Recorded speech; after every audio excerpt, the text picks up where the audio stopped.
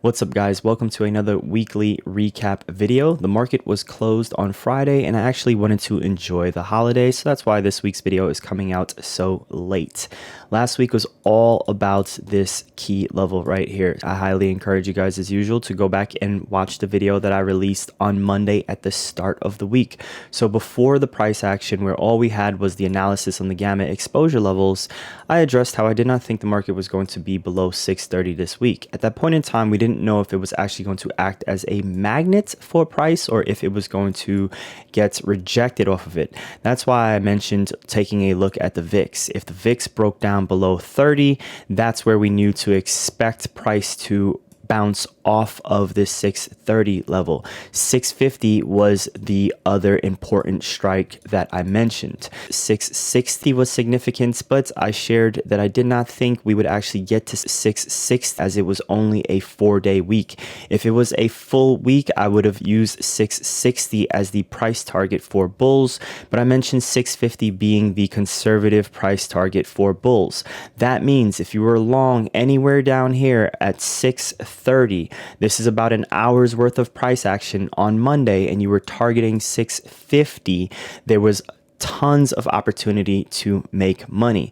Specifically, this was the call for 650 on the SPY. So I just converted 650 on the SPY is loosely 6525 on the SPX. This was for April 2nd expiration, so Thursday's expiration. Let's just say you were looking at the markets at this point in time and you were aware of my notes in Quant Trading app and you were thinking, hey, the market's here. Bryant has already shared his thoughts on 630, or you've taken a look at the gamma exposure yourself and you want to know where do you want to target. That means 650 should essentially be the first strike that comes to mind. At that point in time, the call was going for $750, and as you guys can see, as the market hits that 650 level, it was essentially up over 500%, or roughly $3,800.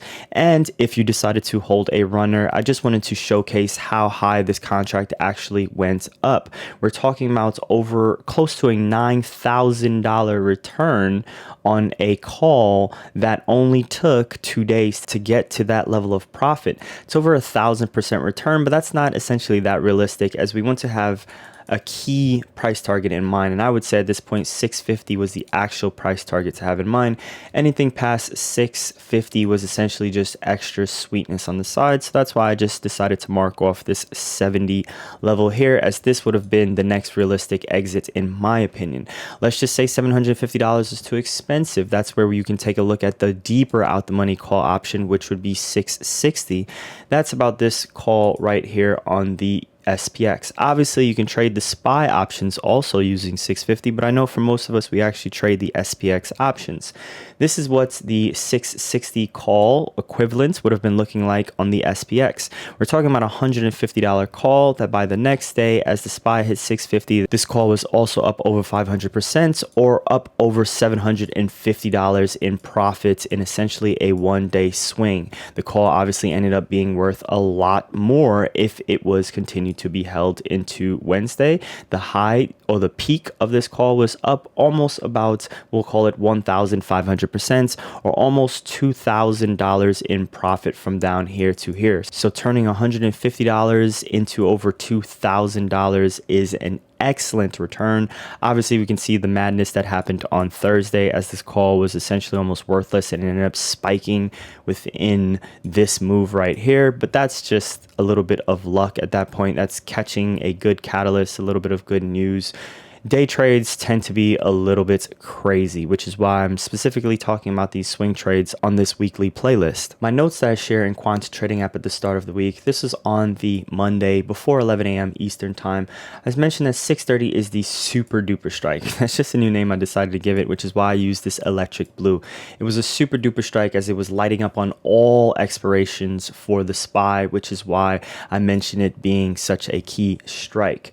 Regarding other positions to swing trade for this week, I mentioned the Iron Condor range being about 625 to 660. That means from here to here. This was essentially where I was expecting the markets to stay within, specifically by Wednesday, and that's what we ended up getting. Now, the markets did close within this range, and the Iron Condor obviously ended up being profitable. In addition to the Iron Condor, I also mentioned this Iron Butterfly, which I've branded the Account Builder Iron Fly, as it is an Iron Butterfly that is around 11 to a 15 DTE. I will do a dedicated video on this, as I've been getting so much questions regarding this spread specifically. It seems a lot of you guys have taken interest in it. You guys can see it's for the following week, so yes, I can still show you guys what the P&L is. Even though the market has gone relatively high, we still see that it is in some sort of loose profit. By the time the market opens tomorrow, if it is much higher than where it is right now, this spread will start to suffer. But this trade had already hit a decent profit target by Tuesday alone. So as the market opened the next day, that means around here, the spread was already up over $100 per lot, which is not a bad return. The Iron Condor at this time was also, I believe, up over 30%, I think, of the premium.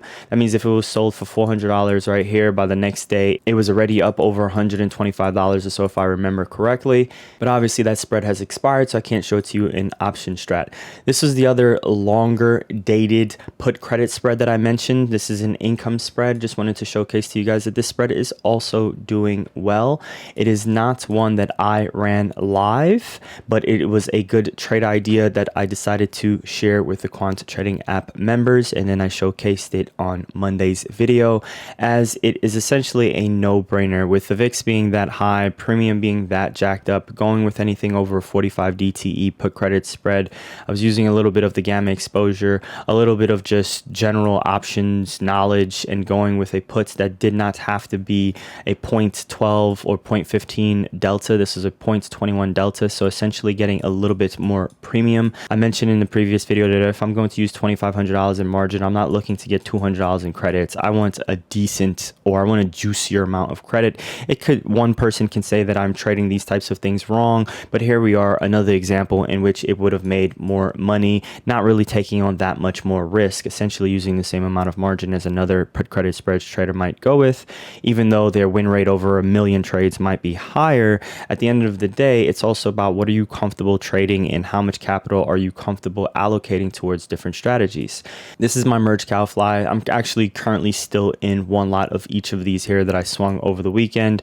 As I mentioned in that video that it was long delta, this was my way to have some sort of exposure off of that 630 level. So expecting this level to hold with the anticipation that the market would bounce, and then it will continue to hold around these levels into the next week. And if it did pull down, so this is for tomorrow here, if it does pull back, there's still room for it to be relatively decently profitable. Anywhere there's still room for it to be up 1% or down 1%. There's still a decent range that I like on the SPX, which is why I decided to hold it over the weekend.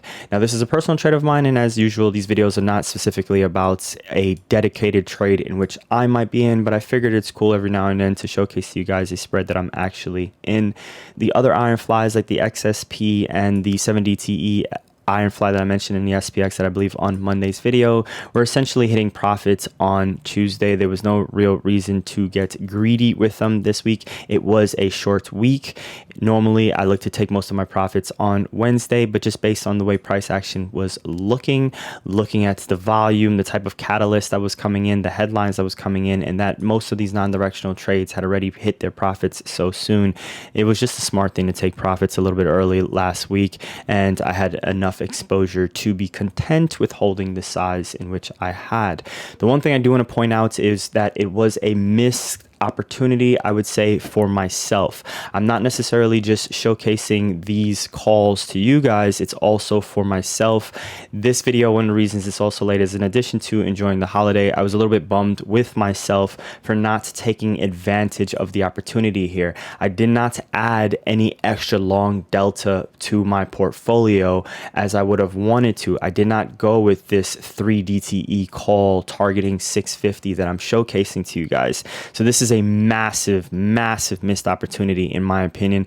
If not for the 660 call, then at least for the 630 call. I should have been in at least one of these for $750, even with a 50% stop loss, which is what I generally give a position like this. Essentially looking to risk, call it $400 to potentially make an opportunity of, this is practically $4,000. That is a trade you almost have to take every single time, because it's not common a strike like this is going to be that significant, especially after this type of price action that happened last week. So it was a major, major, major L for me last week, not in money loss, but in the opportunity wasted. And that's why I'm making this video a little bit late. I wanted it to be enough into the past and I didn't feel upset starting the new week with the missed opportunity. Even with all these years of trading, that still can happen to myself, where I will be annoyed at myself for not taking advantage of an opportunity like this.